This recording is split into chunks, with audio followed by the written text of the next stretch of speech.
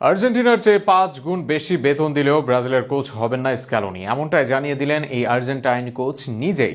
আর্জেন্টিনার কোচকে 5 গুণ বেশি বেতনের অফার করার পরামর্শ দিয়েছিলেন ব্রাজিলের বিখ্যাত এক সাংবাদিক। তবে স্ক্যালোনি সাফ জানিয়ে দিয়েছেন তিনি থাকছেন আর্জেন্টিনা দলেই। আরও বিস্তারিত থাকছে প্রতিবেদনে।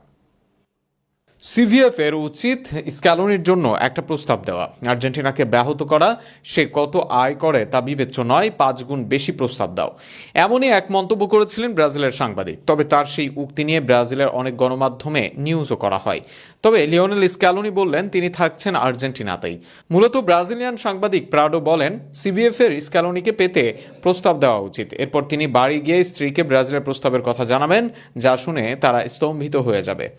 এই প্রস্তাবে ব্রাজিলের লাভ না হলেও আর্জেন্টিনার ক্ষতিটা ঠিকই হবে জানিয়ে ওই সাংবাদিক বলেন স্ক্যালোনি যদি সেই প্রস্তাব গ্রহণ করেন তাহলে সিবিএফ এর জন্য ভালো, নইলে আর্জেন্টিনা ফুটবল অ্যাসোসিয়েশন অন্তত একটা ধাক্কা খাবে এবং তার স্যালারিও বাড়িয়ে দেওয়ার প্রস্তাব করবে। তার এই মন্তব্য অনেকটা কৌতুক হিসেবে বিবেচিত হলেও স্থানীয় কিছু সংবাদ মাধ্যম সেটি গুরুত্ব দিয়ে প্রতিবেদন করেছিল। দেরিতে হলেও সেই গুঞ্জনের কথা কানে পৌঁছেছিল বিশ্বকাপ জয়ী কোচ স্ক্যালোনির। আরেক স্প্যানিশ সাংবাদিক সিরো লোপেজের কাছ থেকে সেই গুঞ্জন শোনার পর আর্জেন্টাইন কোচ বলেন এমন কিছু আমি জানতাম না, কেউ আমাকে বলেওনি, মাত্রই আপনার মুখে শুনলাম। আমার মনে হয় না এইরকম কিছু ঘটবে। আমার অনুভূতি বলে কার্লোকে আসতে দাও যদি তিনি চান, তবে আমি ব্রাজিলের কোচ হতে যাব না।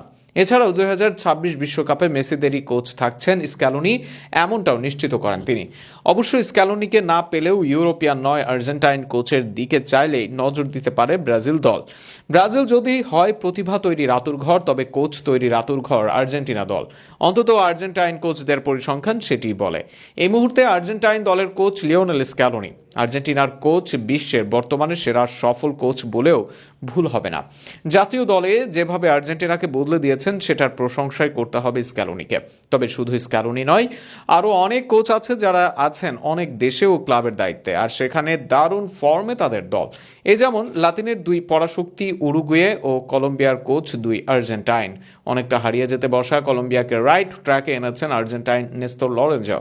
একটা সময় কলম্বিয়ার হয়ে টানা অপরাজিত থাকার রেকর্ড ছিল তার। এছাড়াও কলম্বিয়ার হয়ে মোট 34 ম্যাচের 21টিতে জয় পেয়েছেন। ব্রাজিল, স্পেন, আর্জেন্টিনার মতো দলকে হারিয়েছেন তিনি, খেলেছেন কোপা আমেরিকার ফাইনালে। অপরদিকে উরুগুয়ান মার্সেলো বিয়েসলাকে নিয়ে নতুন করে বলার নেই কিছুই। সকল কোচের গুরু বলা হয় তাকে। সেরা কোচদের তালিকার উপরের দিকে থাকবেন তিনি। এদের ভিড়ে অনেকটা আলোচনার বাইরে প্যারাগুয়ের গুস্তাভো আলভারো। একসময় লাতিন অঞ্চলের শেষের দিকে থাকা প্যারাগুয়ে বিশ্বকাপে যাওয়ার কাছাকাছি অবস্থানে আছে।